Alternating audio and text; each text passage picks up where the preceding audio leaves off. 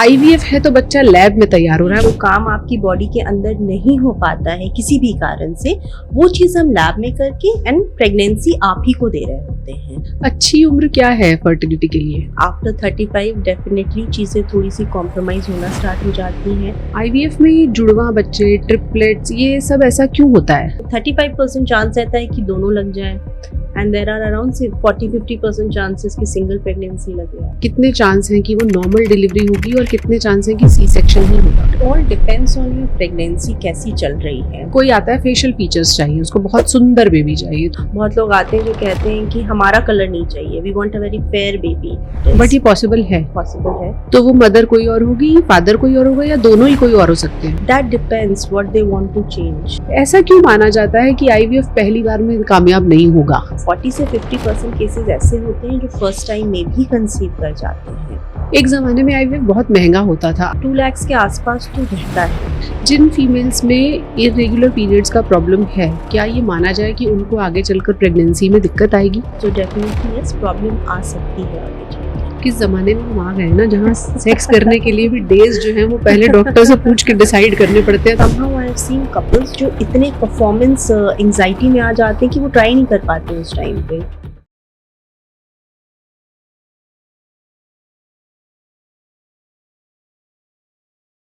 Medical science अब इतनी advance हो चुकी है कि अगर बच्चे पैदा करने में कोई समस्या आए तो बहुत सारे ऑप्शंस हैं, और उसमें सबसे ज्यादा पॉपुलर ऑप्शन इस वक्त लोगों को आईवीएफ नजर आता है। आईवीएफ को आम लोग ऐसे समझते हैं कि भाई बच्चे को लैब में तैयार किया जाता है। आईवीएफ यानी इन विट्रो फर्टिलाइजेशन किस तरह की टेक्निक है, किन कपल्स को उसके बारे में सोचना चाहिए, क्या वाकई बच्चा लैब में तैयार होता है, और अगर ऐसा होता है तो क्या लैब में एक परफेक्ट बच्चा भी तैयार किया जा सकता है, यानी माँ बाप जैसा चाहे वैसा ही डिजाइन बनाकर एक बेबी आपको डिलीवर किया जा सके। हकीकत क्या है, और क्या वाकई आईवीएफ बहुत महंगा है, बार बार करने पर भी सफलता नहीं मिलती? इन सारे सवालों के जवाब आज हम लेकर आए हैं। हमारे साथ डॉक्टर मांडवी राय हैं, जो कि 10 साल से ज्यादा लंबे समय से आईवीएफ की ही फील्ड में काम कर रही हैं। मदरहुड हॉस्पिटल्स नोएडा से जुड़ी हुई हैं। अब आपके मन में जितने सवाल हों, हम कोशिश करेंगे कि उनके जवाब एक एक करके आप तक पहुंचाएं। ना पहुंचे तो कमेंट सेक्शन आपके लिए खुला है। Thank you so much doctor Mandavi for joining us. जैसा मैंने कहा, लोगों को ये लगता है कि आईवीएफ है तो बच्चा लैब में तैयार हो रहा है, वो हमारा बेबी नहीं है। आप इस धारणा को किस तरह से लोगों को एक्सप्लेन करना चाहेंगी? First of all thank you for inviting me.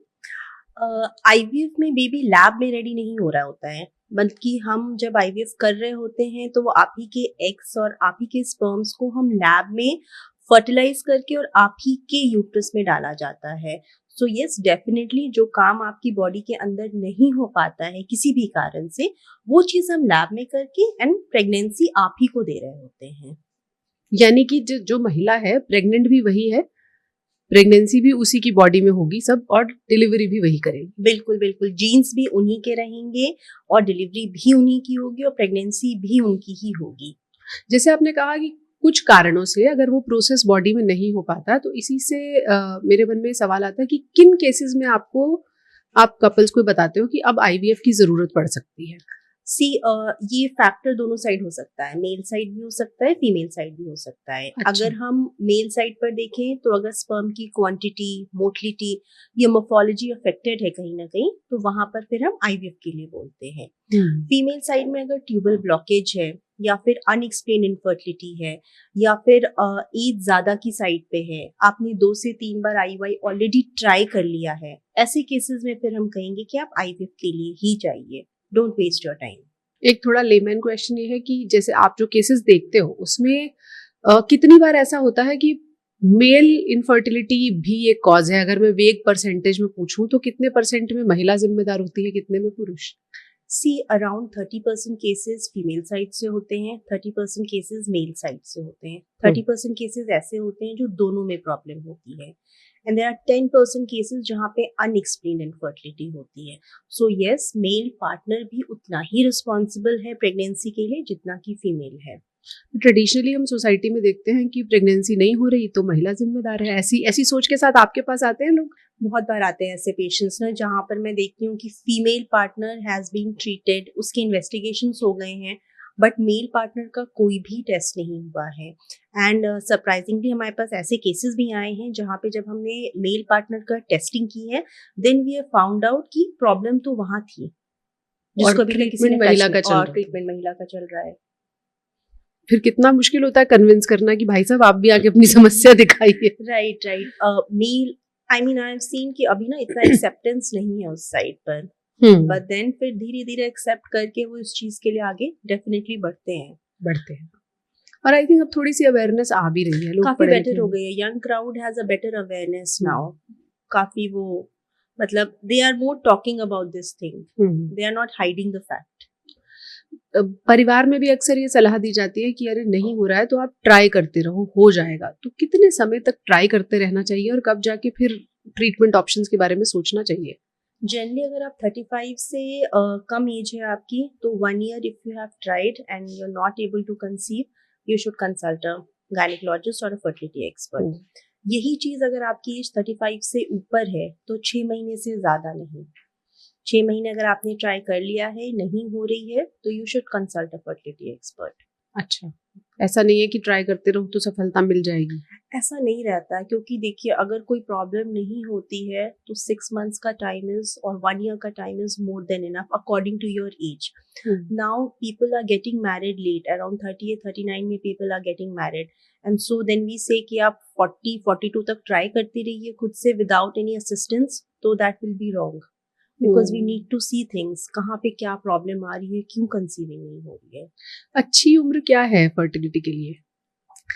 30s is a good age for you to get pregnant. After 35 definitely चीजें थोड़ी सी compromise होना start हो जाती हैं, and after the age of 40 yes it is compromise। तो quality quantity चाहे eggs की हो चाहे sperms की हो, दोनों चीजें affect होती हैं। तो एक तो बात ये हुई कि फर्टिलिटी पे भी असर पड़ेगा, और हो सकता है जो बेबी हो उसमें भी प्रॉब्लम्स के चांस बढ़ते हैं क्या? Yes, yes. After the age of 35, there are certain genetic problems like Down syndrome. ये सारी चीजों की जो परसेंटेज है बेबी में होने की, वो काफी बढ़ जाती है।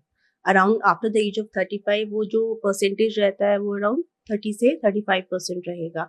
आफ्टर द एज ऑफ 40 वो 35 से 40% रहेगा। डॉक्टर मांडवी, अब इतनी मेडिकल साइंस एडवांस हो गई, लोगों को ये लगता है कि बहुत सारे टेस्ट अवेलेबल हैं, टूल्स अवेलेबल हैं, तो क्या ये पॉसिबिलिटी है कि बेबी में किसी भी तरह की प्रॉब्लम को पहले से आइडेंटिफाई कर लिया जाए, और अभी भी कुछ चैलेंजेस हैं क्या इस रास्ते में?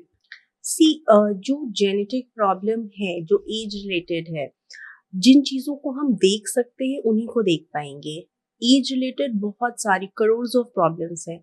Seeing all the problem is next to impossible. हम सारे प्रॉब्लम्स नहीं देख सकते हैं, even though medical science has been advanced, but सारे प्रॉब्लम्स नहीं देखे जा सकते हैं। जो मेजर एज रिलेटेड प्रॉब्लम्स हैं वो हम देख सकते हैं। अब जैसे सबसे कॉमन चीज autism. Autism is something which we can not see. जब आपका बच्चा 3 या 4 साल का होगा, उसकी क्या डेवलपमेंट होती है उसके ऊपर डिपेंड करेगा। अगर हम चाहें कि किसी का first baby autistic and second baby में ना हो, तो that is not possible for us, we can not find that out. Okay, तो अगर किसी का फर्स्ट बेबी ऑटिस्टिक है, आप उसको क्या सलाह देंगी सेकंड बेबी के लिए? सेकंड बेबी के लिए अगर सेकंड बेबी आप नेचुरली भी ट्राई कर सकते हैं, बट डेफिनेटली उसमें चांसेस रहते हैं कि हो सकता है, एंड बाय नो मीन्स हम उसको रोक नहीं सकते हैं। Even IVF can not overcome that. IVF के बारे में ऐसा भी कहा जाता है कि अब बहुत सारी जेनेटिक इश्यूज अगर पहले से पता है, या कोई फैमिली हिस्ट्री में कोई बीमारी चल रही है, तो जब आप आईवीएफ को प्लान कर रहे हो तब हम कोशिश कर सकते हैं कि उसको थोड़ा मॉडिफाई कर दें। ये जो मॉडिफिकेशन की बात हो रही है बार बार, कि आईवीएफ में हम थोड़ा बहुत इधर उधर करके बेबी में कुछ प्रॉब्लम्स भी निकाल सकते हैं और उसको कुछ एडिशनल फीचर्स भी दे सकते हैं, चाहे वो ब्रेन से रिलेटेड हो या फेस ब्यूटी से रिलेटेड हो, कितना पॉसिबल है ये? अगर कोई जेनेटिक प्रॉब्लम ऐसी है जो हम डायग्नोस कर पा रहे हैं, सपोज थैलेसीमिया माइनर, अगर दोनों पेरेंट्स कैरियर हैं थैलेसीमिया माइनर के, तो हम फिर उसकी टेस्टिंग करके जो बेबी फर्टिलाइज होके बनेगा उसकी टेस्टिंग कर सकते हैं कि वो थैलेसीमिया मेजर ना हो, एंड देन फिर हम वो बच्चे को डाल सकते हैं, जो भी मदर है उनके अंदर, देख के कि वो नॉर्मल हो। लेकिन हाँ, ये जो फैंसी बेबी के जो लोग बोलते हैं कि फैंसी बेबी चाहिए हमें, समहाउ आई फील अगर कोई प्रॉब्लम है आप में तब ये करिए। Just for having a fancy baby, this is not really very good option because आप अपने जीन्स चेंज कर रहे हैं. Why to change your genes when everything is fine. इसको थोड़ा सा अगर हम एक्सप्लेन करें लोगों को कि फैंसी बेबी का ये जो कॉन्सेप्ट है, मान लीजिए कोई कपल आता है, वो ये कहता है कि हम चाहते हैं कि हमारा बच्चा बहुत ब्रेनी हो, तो आप उसमें क्या करेंगी? सी अब जो एग्स एंड स्पर्म्स है उन्हीं में हम चेंजेस करेंगे फिर, है ना. You can just tell us what type you want and we can do that. But then I really don't advise that. Why do you want to change your own genes? Why do you want to change your own DNA when you can do with your own? And somehow I feel अभी India में इतना acceptance नहीं है इन चीज़ों के लिए.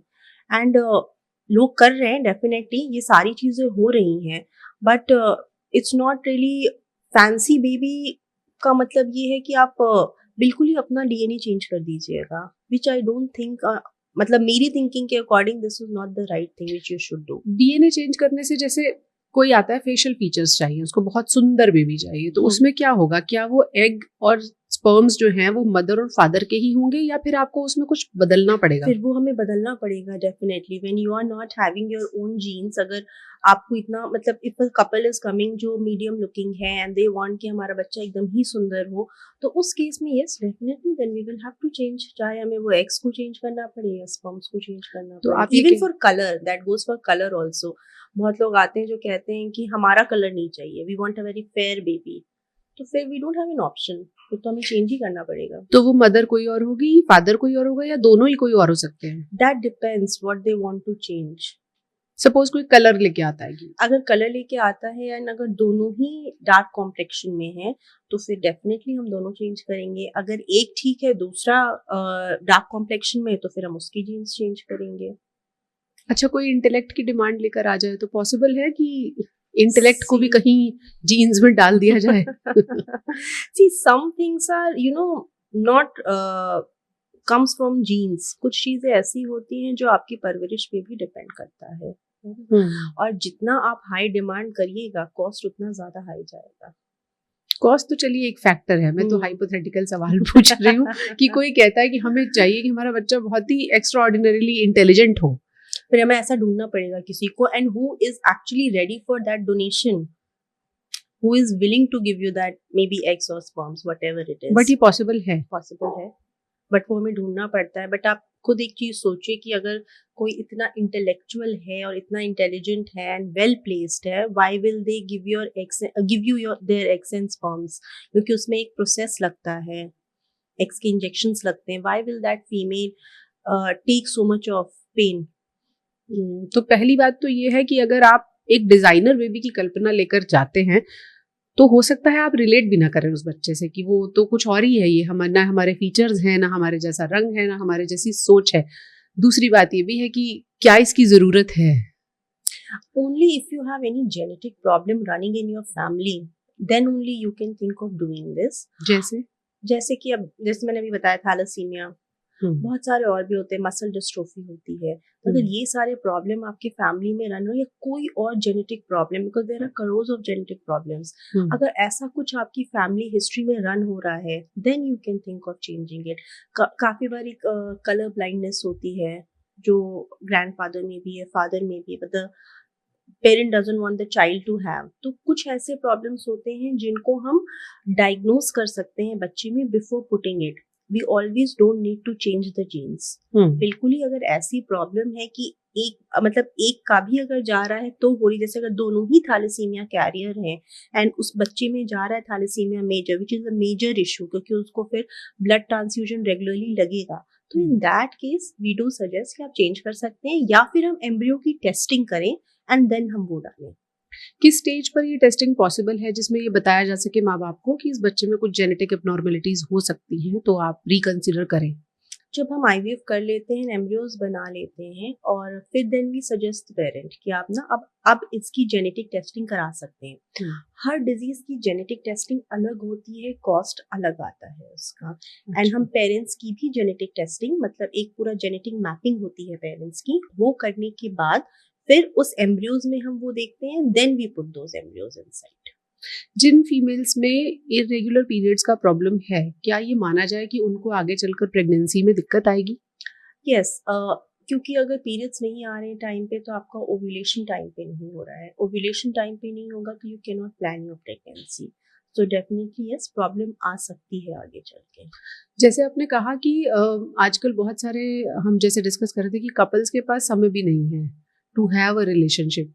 तो अगर कोई इरेगुलर प्रेगनेंसी, इरेगुलर पीरियड्स के साथ कोई महिला है और वो ये सोचे कि हम maximum days in a month हम ट्राई करें, तो क्या पॉसिबिलिटी है कि उसकी प्रेगनेंसी हो जाए? सी अंडर गाइडेंस अगर आप ट्राई करते हैं जहाँ पर हम देखें कि आपके फॉलिकल्स कब बन रहे हैं, कब रप्चर हो रहा है, so we can give you stipulated time कि इस टाइम में आप ट्राई करिए, then you can become pregnant. So under guidance it is possible.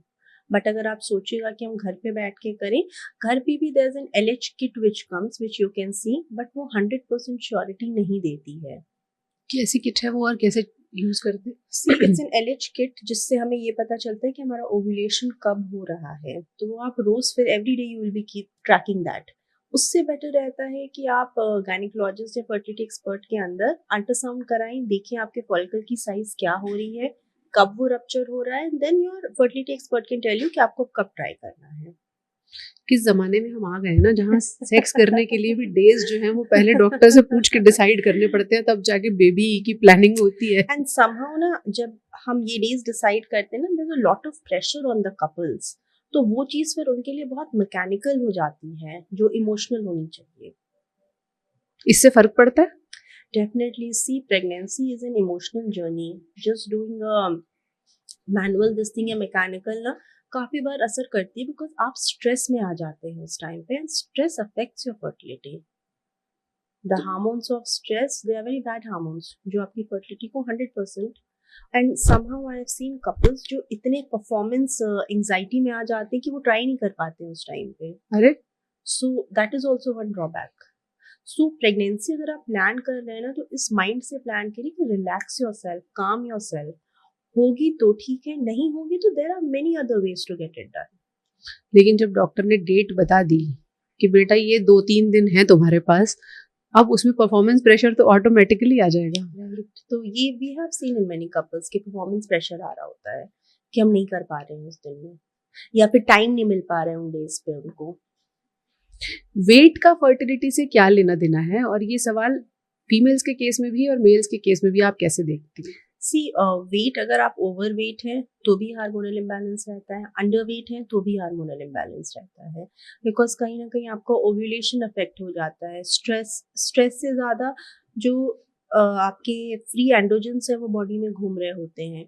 तो एक चीज़ है कि हम वेट गेन अगर आपका बहुत ज़्यादा है तो वी विल सजेस्ट यू कि वेट लॉस करके ट्राई करिए, but we will not suggest कि आप बिल्कुल ही सब कुछ छोड़ दीजिए और वेट लॉस पे ही चले जाइए, बिकॉज प्रेगनेंसी का प्रेशर ऐसा होता है कि वो आपको वेट लॉस भी नहीं करने देता है। सो वी वांट कि वो हैंड इन हैंड चले। आप अपना भी करिए, योगा करिए, एक्सरसाइज करिए, मेडिकेशंस करिए, एंड साथ ही साथ आप फर्टिलिटी हेल्प भी लेते रहिए। सो एनीथिंग सोलो नहीं होना चाहिए कि हम वेट लॉस पे ही अब लग जाएंगे। क्या मेल फर्टिलिटी में भी मोटापा एक फैक्टर है? डेफिनेटली है, अच्छा। बिल्कुल रहेगा। वी हैव सीन पेशेंट्स जहाँ पे ओबेसिटी ज़्यादा है, स्पर्म्स के पैरामीटर्स काफ़ी अफेक्टेड रहते हैं। जैसे आपने कहा स्ट्रेस भी एक बहुत बड़ा फैक्टर है जो प्रेगनेंसी को अफेक्ट करता है, अब वो चाहे फीमेल के केस में हो चाहे मेल के केस में। Definitely both sides. सी दोनों रिस्पॉन्सिबल हैं प्रेगनेंसी के लिए, हम ये नहीं बोल सकते कि बस फीमेल की साइड ही रिस्पॉन्सिबल है, मेल्स भी उतना ही रिस्पॉन्सिबल है इस चीज़ के लिए। अगर स्पर्म काउंट कम है या फिर जैसे आपने कहा मोटिलिटी उनकी बहुत अच्छी नहीं है, तो ऐसे में फिर क्या विकल्प दिया जाता है? See there are very advance procedures like IUI, IVF, ICSI, ये सारे प्रोसीजर्स हैं जिनसे आप प्रेगनेंसी प्लान कर सकते हैं, डिपेंडिंग कि आपकी क्या कितना है अमाउंट, क्या मोटिलिटी है, क्या मोफोलॉजी, उसके अकॉर्डिंग हम एडवाइस करेंगे आपको। मान लीजिए स्पर्म काउंट बहुत लो है, हम्म, फिर उस केस में क्या करेंगे? उस केस में जनरली डिपेंड करता है, अगर लेस देन 10 मिलियन आ रहा है आपका, तो हम एडवाइस करते हैं कि अब IVF में भी ICSI के लिए जाइए, जहाँ पर हम एक एक एग लेके और एक एक स्पर्म को उसमें इंजेक्ट करके फर्टिलाइज करेंगे, because there we get an option to choose good sperms. IVF में और एक्सी में क्या फर्क होता है, उसको थोड़ा समझाइए। देखिए IVF एक पुराना प्रोसीजर हो गया जहाँ पर हम पेटी डिश में एग्स को छोड़ देते थे स्पर्म्स के साथ फर्टिलाइज होने के लिए। ऐसे भी चांसेस रहते हैं कि फर्टिलाइज भी हो सकता है, नहीं भी फर्टिलाइज हो। ICSI is totally different procedure. यहाँ पर हम एक एक एग को लेते हैं, उसमें स्पर्म्स को नीडल में हम होल्ड करते हैं और उसको इंजेक्ट करते हैं एग्स में। तो ऐसे केसेस जहाँ पे हमें लग रहा है कि फर्टिलाइजेशन शायद ना हो पाए, उस केसेस में यहाँ पर हम आंखों के सामने फर्टिलाइजेशन कर कर और फिर उन्हें छोड़ देते हैं एम्ब्रियोज बनने के लिए। सो यहाँ पे वी हैव एन ऑप्शन कि जो अच्छे स्पर्म्स दिख रहे हैं मोर्फोलॉजी वाइज, हम उन्हीं को सेलेक्ट करके डालें। जो पहले आईवीएफ होता था उसमें ऐसा रहता था कि हमने पेटी डिश में छोड़ दिया है, जो भी स्पर्म जाके एग से मिल ले। तो वो अच्छा, चीज अब बाईपास हो रही है इक्सी में, जहाँ पे मेल फैक्टर या स्पर्म फैक्टर हमें लग रहा है। उस केस में ये ज्यादा ये हेल्पफुल है। ज्यादा हेल्पफुल है। यस। ओके, किस स्टेज पे फीमेल को आप बुलाते हैं एग्स के लिए और फिर किस स्टेज पे मेल की जरूरत पड़ती है? सी इनिशियली जब कोई भी पेशेंट को हम आईवीएफ एडवाइस कर रहे होते हैं, उस केस में पहले तो हम सारे बेसलाइन टेस्ट करके देखते हैं। हमारे लिए ये भी जानना बहुत ज़रूरी है कि आप फिट हैं कि नहीं प्रेगनेंसी के लिए। अगर आपका शुगर लेवल हाई है, बीपी बढ़ा हुआ है, तो इन दोज केसेस हम तुरंत आईवीएफ के लिए नहीं जाएंगे। We want your body to settle down हो जाएगी बॉडी, फिर हम आईवीएफ का प्रोसेस स्टार्ट करते हैं। सेकेंड डे ऑफ मेंसेस पे हम फीमेल पार्टनर को बुलाते हैं, एक अल्ट्रासाउंड होता है उस दिन, फिर इंजेक्शंस लगते हैं 10 से 12 दिन, फिर उन एग्स को बाहर निकाला जाता है अंडर एनेस्थीसिया। तो जिस दिन हम एग्स बाहर निकाल रहे हैं अंडर एनेस्थीसिया, उसी दिन हमें फिर हस्बैंड भी चाहिए होता है स्पर्म्स के लिए। तो रफली वो आफ्टर 10 to 12 days, 15 दिन हाँ के 15 आसपास दिन का। के आसपास रहेगा वो। एंड अच्छा, देन फिर हम एम्ब्रियोज बना के फ्रीज कर देते हैं। And definitely during this procedure we will also want husband and wife both for signing the consent, because वो एक important part रहता है। तो एक दिन जब आपने 12th डे जैसे फीमेल को बुलाया, उसी दिन आपने मेल को बुलाया, उसी दिन आपका लैब का प्रोसेस चालू हो जाता है। चालू हो जाता है। यस। तो ये एम्ब्रियो कब तक डेवलप होता है फिर? हम जनरली डे 5 तक ले जाते हैं एम्ब्रियोज को, which is the blastocyst stage. तो आफ्टर जब हमने फर्टिलाइजेशन कर लिया है, उसकी 5 डेज के बाद हमें पता चलता है कि एम्ब्रियोज कैसे बन रहे हैं आपको। दो हमारा असेसमेंट 3rd डे पे भी होता है, 1st डे पे भी होता है, देखने के लिए कि फर्टिलाइजेशन हुआ है या नहीं। जैसे अगर हम रफली माने आपने 15th डे पर कपल को बुलाया, तो फिर 5 दिन बाद उनको दोबारा बुलाया जाएगा। Yes yes, to discuss with them कि क्या एम्ब्रियोज बने हैं, क्या क्वालिटी है एम्ब्रियोज की, कितने एम्ब्रियोज बने हैं। तो ये सारी डिस्कशन हमारा उसी दिन होता है उनसे। फिर उसी दिन इम्प्लांट भी किया जाता है? नहीं, implant we generally give a break, क्योंकि हमें यूट्रस को भी प्रिपेयर करना पड़ता है। अच्छा, इंजेक्शन इतने लगे होते हैं, we want the body to settle down थोड़ा। तो ओके। वो सेटल होने के बाद हम मंथ का ब्रेक देते हैं, then we do the transfer. तब तक जो एम्ब्रियो है आपके पास समझिए 15-20 दिन, रहते एक महीना रहता है। एम्ब्रियोज आपके 10 साल तक भी फ्रीज रह सकते हैं, that is not a problem. In fact we had patients जिनका आईवीएफ फर्स्ट साइकिल हमने किया है and their embryos are freeze with us. Second baby के लिए वो फिर 4 से 5 साल के बाद हमारे पास आए हैं। Same embryo. सेम तो वो जो शुरुआती प्रोसेस है उसकी जरूरत नहीं है उनको। नहीं है जरूरत। तो अगर एम्ब्रियो ज्यादा डेवलप हो गए तो फिर उसको वो आप फ्रीज फ्रीज करा। करके रख सकते हैं उनको फॉर योर सेकंड बेबी। और फर्स्ट बेबी में जैसे आपने कहा कि 15-20 डे पर फिर आपने वो एम्ब्रियो हो गया, और उसके बाद फिर आप तय करते हो कि अब 1 महीने बाद करना है इम्प्लांट का प्रोसेस, या फिर 2 महीने बाद करना है, या जो भी सूटेबल डेट है उस पे करना है। उसके बाद फिर वहां से 9th मंथ काउंट होंगे? हाँ, फिर वहां से 9th मंथ काउंट होगा। ओके। ऐसा क्यों माना जाता है कि आईवीएफ पहली बार में कामयाब नहीं होगा? सी आईवीएफ में ऐसी बहुत सारी चीजें हैं जो हमें आईवीएफ के दौरान पता चलती हैं। कोई कपल प्रेग्नेंट नहीं हो पा रहा है तो कहीं ना कहीं क्वालिटी भी एक इशू हो सकती है। वो शायद हमें तब पता चले जब हम फर्स्ट आईवीएफ साइकिल कर रहे हैं आपका, जब आपके एग्स बाहर निकलते हैं तब हमें क्वालिटी पता चलती है। स्पर्म से मिला के एम्ब्रियोज बनाते हैं तब क्वालिटी पता चलती है। तो अगर क्वालिटी में कभी कभी इश्यू रहता है या फिर कोई जेनेटिक प्रॉब्लम रहती है, तो वो हमें आईवीएफ के दौरान ही पता चलेगी। But most of the cases, around 40 से 50% केसेस ऐसे होते हैं जो फर्स्ट टाइम में भी कंसीव कर जाते हैं। अच्छा, ऐसा हो जाता है? बिल्कुल। ऐसा कभी हुआ कि आईवीएफ भी किया 2 बार 3 बार फिर भी कामयाबी नहीं मिली, ऐसा होता? बिल्कुल होता है। हमारे पास ऐसे भी पेशेंट्स रहे हैं जिनका हमने 3 से 4 बार आईवीएफ किया है तब जाके सक्सेस मिला है। But yes, we had those patients also जिन पे हमने सब कुछ कर लिया है बट वो कंसीव नहीं कर पा रहे हैं। So see, IVF is not a guaranteed procedure. हम अपनी तरफ से 100% देते हैं, पेशेंट भी अपनी तरफ से 100% देता है, बट कुछ चीज़ें हैं जो हमारे हाथ में नहीं है अभी भी मेडिकल साइंस के।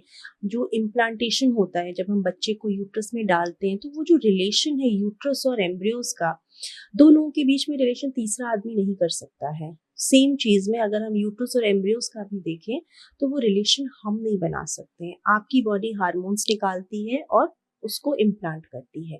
अब वहां पर अगर कोई भी दिक्कत आ रही है, आपकी बॉडी रिजेक्ट कर रही है, इम्यूनोलॉजिकल प्रॉब्लम हो रहा है, हाँ हमारे पास ये सारी एडवांस चीजें हैं करने के लिए, लेकिन ये होने के बावजूद भी नहीं होती है बहुत लोगों की प्रेगनेंसी।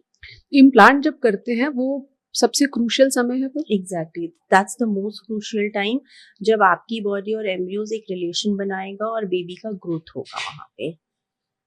तो वो डे भी क्या पीरियड साइकिल के हिसाब से डिसाइड होता है? हाँ, वो पीरियड साइकिल के हिसाब से हम मेडिसिन देके डिसाइड करते हैं। हम जो कर सकते हैं वो आपको मेडिसिन देके सपोर्ट कर सकते हैं उस टाइम पे।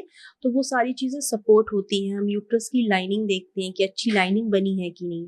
लाइनिंग बनने के बाद फिर हम उन एम्ब्रियोज को आपके यूट्रस की लाइनिंग में डालते हैं। और यूट्रस की लाइनिंग अच्छी बनने के लिए भी दवाई दी जा सकती है? दवाई देते हैं हम, वी डोंट लीव इट। देखिए, आईवीएफ एक ऐसा प्रोसेस है जहाँ पर इतना सब कुछ हो चुका होता है, तो हम एक भी चीज ऐसा नहीं छोड़ना चाहते हैं जिसपे हमें लगे कि शायद अगर हमने ये किया होता तो प्रेगनेंसी आ जाती। तो यूट्रस की लाइनिंग, एम्ब्रियोज अच्छे हों, ये सारी चीजें हम डेफिनेटली देखते हैं। एक जमाने में आईवीएफ बहुत महंगा होता था, आज की तारीख में क्या सिनेरियो है? लोगों को ऐसा लगता है कि बहुत ही एक्सपेंसिव प्रोसीजर है, ये बात कितनी सच है? देखिए, आईवीएफ इज अ प्रोसीजर जहाँ पर आप राउंड अबाउट मान के चलिए कि 1.5 से 2 लाख के आसपास तो लगेंगे, है ना? बिकॉज सारी चीजें लैब में हो रही हैं, मीडिया यूज हो रहा है, एवरीथिंग इज देयर, तो 2 लाख के आसपास तो रहता है। 2 लाख में बेबी डिलीवर हो सकता है? आईवीएफ होता है। आईवीएफ के बाद का जो खर्चा है, डिलीवरी की हो चाहे प्रेगनेंसी की हो, वो आपके ऊपर डिपेंड करती है कि आप कहाँ फॉलो करना चाहते हैं, क्या कॉस्ट आएगा वहां पे। तो ये सिर्फ आईवीएफ का आपको कॉस्ट रहता है। किसी महिला को अगर बार बार नेचुरल कंसेप्शन से मिसकैरेज होता है या वो सस्टेन नहीं करती प्रेगनेंसी आफ्टर अ व्हाइल, क्या ऐसी फीमेल्स को भी आईवीएफ ऑप्ट करना चाहिए? सी बोथ वेज है। जब आपका मिसकैरेज हो रहा है, प्रॉब्लम आपके एम्ब्रियोज में भी हो सकता है, मतलब प्रॉब्लम आपके बच्चे में भी हो सकता है, प्रॉब्लम यूट्रस में भी हो सकता है। तो जब भी अबॉर्शन हो रहा है, ऑलवेज सजेस्ट कि मान लीजिए आपके 2, 3, 4 अबॉर्शन हुए हैं, तो आप बच्चे की ना जेनेटिक टेस्टिंग कराइए, देखने के लिए कि क्या प्रॉब्लम है। एंड यस, आईवीएफ में ये चीज़ बाईपास हो सकती है, क्योंकि जब हम एम्ब्रियोज बनाएंगे तो वहाँ हम देख सकते हैं कि जेनेटिकली वो हेल्दी हैं कि नहीं है। और अगर हमारे पास रिपोर्ट होगी कि पहले बच्चे में ये प्रॉब्लम आई थी, तो हम उस प्रॉब्लम को भी देख सकते हैं एम्ब्रियोज में। सो यस, ये वाला चीज़ बाईपास हो जाता है आईवीएफ में आपका। जेनेटिक एबनॉर्मलिटीज को कितना रूल आउट कर सकते हैं, या कितना आईवीएफ करते समय आपके हाथ में रहेगा कि अगर कोई जेनेटिक इशू है तो हम उसको यहीं एड्रेस कर दें इसी लेवल पर? जनरली अगर जेनेटिक प्रॉब्लम होती है तो हम जेनेटिक टेस्टिंग करते हैं, जो अलग से होती है, जहाँ बायोप्सी ली जाती है एम्ब्रियोज की। अगर हमें लगता है कि ये एम्ब्रियोज हेल्दी नहीं है आपके, तो डेफिनेटली फिर हम उसको ट्रांसफर नहीं करते हैं, हम उसे डिस्कार्ड कर देते हैं। पर कोई इलाज संभव नहीं है? There is no ways we can change the genes, possible नहीं है वो, या हम उसको रेक्टिफाई कर दे वहाँ पे, वो भी पॉसिबल वो भी पॉसिबल नहीं है, बस ये है कि पहले से पता रह सकता है। हाँ, मतलब आपको वो अबॉर्शन का जो, see abortion is a very painful procedure, और कहीं ना कहीं आपके यूट्रस को भी अफेक्ट करता है। तो बार बार abortion, DNC affects your fertility also, because it is affecting your uterus. तो इस चीज को हम बाईपास कर सकते हैं। The blood loss and the mental trauma which the female goes through, वो चीज यहाँ बाईपास हो जाएगी। अबॉर्शंस पहले के मुकाबले कम हुए हैं, बढ़े हैं? See as of now I am seeing कि बहुत यंग कपल्स या फिर अनमैरिड लोग आ रहे हैं अबॉर्शन के लिए भी। So yes, it has I think increased, या फिर लोग सामने आ रहे हैं अब बात करने के लिए। तो एज अ गायनेकोलॉजिस्ट आप लोग हमेशा सजेस्ट करते होंगे कि ये हेल्थ के हिसाब से अच्छा, जैसे आपने कहा कि अबॉर्शन आपके यूट्रस के लिए भी बहुत अच्छा नहीं है, इसीलिए क्या ये कहा जाता है कि पहली प्रेगनेंसी हो तो अबॉर्शन के बारे में नहीं सोचना चाहिए? देखिए, अगर मेडिकल अबॉर्शन हो रहा है तो हम वहाँ यूट्रस को नहीं छेड़ रहे हैं। लेकिन हाँ, अगर इंस्ट्रूमेंटल अबॉर्शन के लिए हम जा रहे हैं, डीएनसी के लिए जा रहे हैं, तो वहां पे यूट्रस डेफिनेटली हम स्क्रैच करते हैं, तो that definitely affects, it affects. Yes. Okay. IVF बहुत पेनफुल प्रोसीजर है क्या? ऐसा पेनफुल नहीं है, बट हाँ अनकंफर्टेबल थोड़ा रहता है बिकॉज इंजेक्शंस लगते हैं। इंजेक्शंस भी सबक्यूटेनियस होते हैं, जैसे डायबिटीज़ में इंसुलिन का इंजेक्शन लगता है वैसे ही ये वाले इंजेक्शंस होते हैं जो आपको लगेंगे। इसके अलावा अल्ट्रासाउंड्स रहते हैं। जो मेजर ओवम पिकअप होता है वहाँ पे हम अंडर एनेस्थीसिया करते हैं। सो अगर मैं ओवरऑल देखूँ तो it's an uncomfortable procedure and not a painful procedure. Uncomfortable in the sense कि बार बार आना है आपको? बार बार आना है, इंजेक्शंस लग रहे हैं, अल्ट्रासाउंड्स हो रहा है, that is the thing. Otherwise round about ऐसा कोई बहुत पेनफुल नहीं रहता है, ऐसा कोई मेंटल ट्रॉमा नहीं हो रहा होता है आपको इसमें। अगर किसी महिला में फीमेल, जैसे आप सीधे तो आईवीएफ कहेंगे नहीं, पहले हम्म। इनफर्टिलिटी के कॉज को ढूंढा जाएगा, तो उस केस में किस किस तरह के टेस्ट करके क्या क्या रूल आउट कर पाते हो कि हाँ ये रीजन हो सकते हैं और इसमें हम आईवीएफ से हेल्प कर सकते हैं? सी कुछ टेस्ट होते हैं। इनिशियली हम ब्लड टेस्ट कराते हैं देखने के लिए कि आपके हार्मोनल पैरामीटर्स नॉर्मल हैं कि नहीं, आपकी एग की क्वांटिटी कैसी है। उसके अलावा अल्ट्रासाउंड करते हैं, हस्बैंड की सीमेन एनालिसिस करते हैं। तो डिपेंडिंग ऑन द पैरामीटर्स कि क्या पैरामीटर्स हमें लग रहे हैं कि ठीक नहीं है, कहाँ पर हम इन्हें बोल सकते हैं कि अभी आप नेचुरल ट्राई करिए फॉर 4 to 6 months। फिर हम या उसके बाद हम ये बोल सकते हैं कि आप अब आईयूआई करिए, इंट्रायूटराइन इंसेमिनेशन करिए। देन अगर हमें लगता है कि अब जैसे कि किसी भी फीमेल का ट्यूबल ब्लॉकेज आ गया है, तो इन दैट केस फिर हम यही बोलेंगे कि आप आईवीएफ के लिए जाइए सीधे। या फिर सीमेन पैरामीटर्स इतने डाउन हैं कि हम उसमें ना आईयूआई ट्राई कर सकते हैं ना नेचुरल साइकिल ट्राई कर सकते हैं, वहाँ हम बोलेंगे कि फिर आप डायरेक्टली आईवीएफ के लिए जाइए। ओके। ज्यादा कॉमन क्या है? क्या आप डे टू डे प्रैक्टिस में देखते हो कि इनफर्टिलिटी के लिए मोटे तौर पर ये जो एक फैक्टर है ये कॉमनली ज्यादा देखने में आ रहा है? एक तो मेल साइड का जो फैक्टर है वो काफी ज्यादा आ रहा है, मेल साइड का। Semen parameter specially after the COVID we are seeing कि काफी सीमेन पैरामीटर्स डिरेंज्ड हुए हैं। उसके अलावा advance stage now these people are marrying at a very late age. 35-36 में तो मैरिज ही हो रही है। देन वो 3 साल वेट करते हैं कि अब थोड़े दिन के बाद हम विल डू प्रेगनेंसी। तो एक advance stage is also a big factor because Okay. People are working focusing on your career. So yes, that is one of the reason. But I just want to suggest कि जो भी ऐसा सोच रहे हैं कि अभी हम 35 के हैं एंड हम बाद में प्रेगनेंसी प्लान करेंगे, they can always go for egg freezing. That is a good option for them. Sperm freezing also. C male side में इतना बहुत ज्यादा एज के साथ फर्क नहीं पड़ता है बिकॉज हमें आपके मिलियंस ऑफ स्पर्म्स में से एक चाहिए। एक या मान लीजिए जितने भी एग्स हैं 8-10 हैं उतने चाहिए होते हैं, वो हमें कहीं ना कहीं मिल जाते हैं। लेकिन फीमेल साइड में that egg quantity starts decreasing after the age of 35। So the earlier you freeze you know it's like a life insurance for you. Right. तो एग फ्रीजिंग जो है वो भी बहुत महंगी है? नहीं, एग फ्रीजिंग इतनी महंगी नहीं है। सी अपने फर्टिलिटी और अपने जीन्स को प्रिजर्व करने के लिए अगर कुछ अमाउंट लगता है तो nothing is better than that. और कितने साल तक एग फ्रीज करके रखे जा सकते हैं? 10 years. 10 years तक? Yes, yes. Even the government guideline says this कि आप 10 साल तक अपने गमीट्स को फ्रीज करके रख सकते हैं।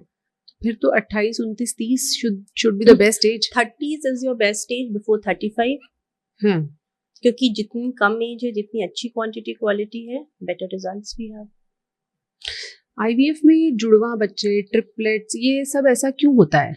देखिए जनरली हम 2 एम्ब्रियोज डाल रहे होते हैं तो देयर आर चांसेस कि ट्विंस हो सकते हैं। ट्विंस के चांसेस अराउंड 30 to 35% रहते हैं। बट अगर कोई बोलता है कि मुझे सिंगल ही बेबी चाहिए तो then we can even put single embryos. अच्छा, सिंगल बेबी भी हम डाल सकते हैं, that option is also there. 2 डालने से आपके लिए चांसेस बेटर हो जाते हैं बिकॉज चांसेस है 35% चांस रहता है कि दोनों लग जाए and there are around 40-50% chances कि सिंगल प्रेगनेंसी लगे आपकी। जैसे आपने कहा कि महिलाओं में ब्लड टेस्ट करके कुछ हार्मोन्स को चेक किया जाता है, तो उसमें अगर मैं स्पेसिफिकली पूछूं किस तरह के टेस्ट में, जैसे थायराइड या क्या, आप किस तरह के हार्मोन्स चेक करते हैं? एक तो थायराइड, प्रोलैक्टिन और द हार्मोनल टेस्ट जो हम करके देखना चाहते हैं कि दे आर अंडर पैरामीटर और नॉट। इसके अलावा LH, FSH एंड AMH ये हार्मोनल टेस्ट बेसिक होते हैं जो हम करते हैं।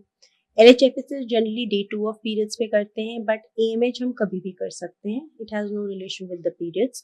इसके अलावा अल्ट्रासाउंड करके हम इंटर फॉलिकुलर काउंट देखते हैं कि नंबर ऑफ एग्स कितने हैं आपके दोनों साइड पर। यूट्रस में कोई प्रॉब्लम तो नहीं है, लाइनिंग सही है आपकी, ये सारी चीजें हम देखते हैं। अल्ट्रासाउंड भी कभी भी किया जा सकता है? हाँ, अल्ट्रासाउंड कभी भी कर, जो आपका काउंट है वो कभी चेंज नहीं होगा। और सीमेन एनालिसिस के लिए फिर क्या करते हैं? वो क्या टेस्ट होता है, कैसे किया जाता semen analysis is a very simple test जो सीमन देना रहता है हस्बैंड को। जनरली इसमें 3 डेज का एब्स्टिनेंस चाहिए होता है हमें, एंड देन हम सीमन पैरामीटर्स देख सकते हैं। It's a very simple procedure है? जो लैब में किया जो जा लैब में सकता है। किया जा सकता है। ओके। इतना सब करने के बाद भी अगर सफलता हाथ न लगे तो फिर क्या ऑप्शन बचता है? सी अगर आईवीएफ में भी अगर हमने सब कुछ कर लिया है, नहीं प्रेगनेंसी लग रही है, तो काफी बार हम इम्यूनोलॉजिकल फैक्टर्स के पास भी जाते हैं, where your body is thinking that जो हम बच्चा डाल रहे हैं वो एक फॉरेन बॉडी है उनके लिए, वो रिजेक्ट करना स्टार्ट कर देता है। तो यहाँ पे लिट थेरेपी का रोल आता है। ये क्या होती है? लिट थेरेपी में बेसिकली जो हस्बैंड की ब्लड सैंपल्स है वो हम लेते हैं, उसमें से वाइट सेल्स हम फीमेल की बॉडी के अंदर डालते हैं, because for a female husband sperm is a foreign body. अच्छा। Yes, it's a foreign body for her, so वो रिजेक्ट करती है। जब जैसे कि कोविड के टाइम पे इट वाज लाइक कि जो कोविड की अगर वायरस आ रहा है तो बॉडी उसे समझ के, फॉरेन बॉडी समझ के रिजेक्ट करता है या फाइट करता है उससे। तो सेम चीज यहाँ पर भी हो जाता है। तो वहां पे जब हम लिट थेरेपी का यूज करते हैं तो प्रेगनेंसी आती है बहुत सारे पेशेंट्स की, but then there are, it's not an 100% कि हर किसी की आ जाएगी ये करके। देयर हैव बीन पेशेंट्स जिनकी नहीं भी आई है ये करके। और हस्बैंड के ब्लड से वाइट ब्लड सेल्स लेकर उसको महिला की बॉडी में इंजेक्ट करने में कोई खतरे, साइड इफेक्ट्स, कोई प्रॉब्लम? कोई ऐसी साइड इफेक्ट नहीं, थोड़े बहुत साइड इफेक्ट्स हो सकते हैं कि आपको कुछ रिएक्शन हो जाए, कुछ एलर्जी हो जाए, दैट्स इट। अदरवाइज कोई मेजर साइड इफेक्ट आज तक तो हमने नहीं देखा है। तो इसको ये ट्राई करने के बाद पॉसिबिलिटी है कि नॉर्मल प्रेगनेंसी हो जाए? सी अगर यही रीजन है तो हो सकती है, ओके। लेकिन इतना कुछ करने के बाद हम नॉर्मली के लिए नहीं छोड़ते हैं। आईवीएफ से जो बेबी डिलीवर होता है, कितने चांस हैं कि वो नॉर्मल डिलीवरी होगी और कितने चांस हैं कि सी सेक्शन ही होगा?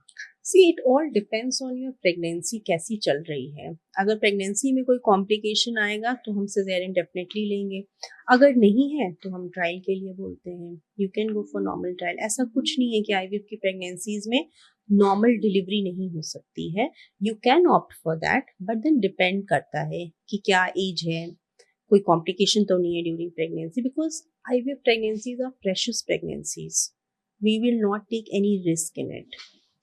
आईवीएफ के पूरे प्रोसेस में कौन सी वो स्टेज है जब जाके डॉक्टर्स राहत की सांस लेते हैं कि अब जो है मुश्किल समय निकल गया है? After 3 months when the patient has conceived post IVF, उसके बाद का जो 3 महीने रहता है वो बहुत क्रूशियल टाइम रहता है। एक बार वो टाइम निकल गया तो 80% है कि things will be fine. Okay. Baby पूरी तरह से स्वस्थ होता है या कोई फर्क है नॉर्मल प्रेगनेंसी में और आईवीएफ से होने वाले बेबी में? IVF babies are equally healthy, ऐसा कोई फर्क नहीं आता है कि आईवीएफ बेबी कुछ एबनॉर्मल होते हैं, ऐसा नहीं रहता। इनफैक्ट आईवीएफ एक ऐसा प्रोसीजर है जहाँ पे हम जेनेटिक चीज़ें या जेनेटिक प्रॉब्लम्स को ओवरकम कर सकते हैं। तो ऐसा नहीं रहता है कि IVF babies are not healthy और they are not genetically well doing, ऐसा नहीं है। चलते चलते जो आपके पास लोग आते हैं सलाह लेने के लिए, कितनी सारी गलतफहमियां लेकर आते हैं और कौन सी गलतफहमी आप डे टू डे रोज एड्रेस करती हैं जो बहुत कॉमन मिसकंसेप्शन है? जो सबसे मेजर मिसकंसेप्शन है कि IVF is a guaranteed procedure. अगर आप आईवीएफ मेरा कर रहे हैं तो रिजल्ट आना ही आना है, नहीं आएगा ऐसा नहीं होना चाहिए। सो सी ये बड़ा अनरियलिस्टिक है, हम अपनी तरफ से ट्राई कर सकते हैं, but then IVF is a medical procedure which is not 100%। उसके अलावा लोग ये सोचते हैं कि अब हम आईवीएफ करा रहे हैं तो आप हमें ट्विंस दे दीजिए, हमारी फैमिली कंप्लीट हो जाएगी। अच्छा, ऐसे भी लोग आते हैं? सोचते हैं, बट इसमें भी चांसेस 30 से 35% रहता है कि you can have twins. Plus same जो भी आपने पूछा कि आईवीएफ के बेबीज जो है सो वीक होते हैं या वो हेल्दी नहीं होते हैं, so that is also wrong, ऐसा नहीं है। नेचुरल में भी सेम चीज होती है, आईवीएफ में भी बच्चे सेम ही रहते हैं। ओके, इसलिए डरने की कोई बात नहीं है। अगर आपको मेडिकल रीजन से आईवीएफ की सलाह दी गई है, खर्चा डिस्कस करना आपके और डॉक्टर के बीच में है। उसके बाद का जो प्रोसेस है वो अगर दोनों के भरोसे के साथ चलेगा तो नतीजे बेहतर आएंगे। मेडिकल साइंस अब समय के साथ साथ एडवांस हो गई है। इनफर्टिलिटी के बहुत सारे प्रॉब्लम्स को डॉक्टर्स एड्रेस कर पा रहे हैं, लेकिन उसके बावजूद अगर सफलता हाथ नहीं लगती है तो नियति को मान लेने में भी कोई बुराई नहीं है। Thank you so much doctor मानवी राय, आपने बहुत सारी कन्फ्यूजन क्लियर किए हैं। आई एम श्योर अभी और सवाल आएंगे तो हम उनके साथ फिर आपसे मिलेंगे। Thank you so much. Thank you.